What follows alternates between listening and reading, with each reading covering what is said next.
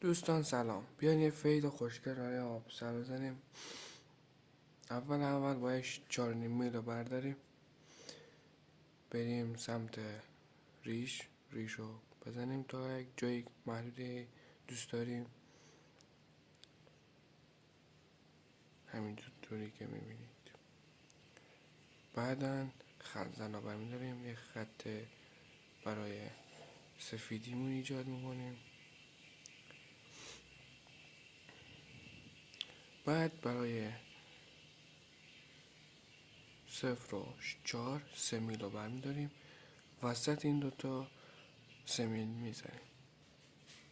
3 میل رو که زدیم، وسط اون 3 و 0 1.5 میزنیم که قشنگ بتونیم اون خط 3 میل رو محو کنیم.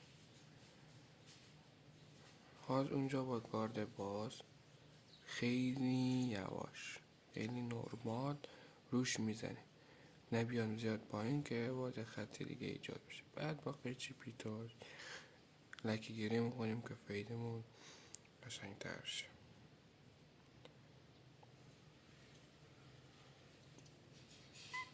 اینم از فید ما.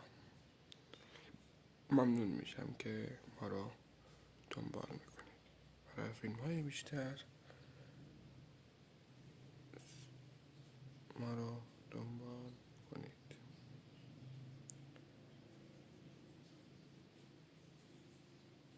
اینجا هم که باید با خزن صاف، بعد نیم دایره جای گوشه سر و اونجا رو قشنگ صاف و برای خط کناری صاف.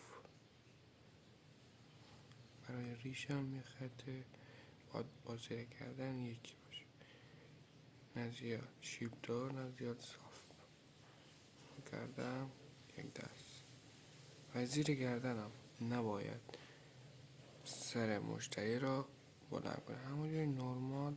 بعد که خط انداختیم نرمال میگیریم.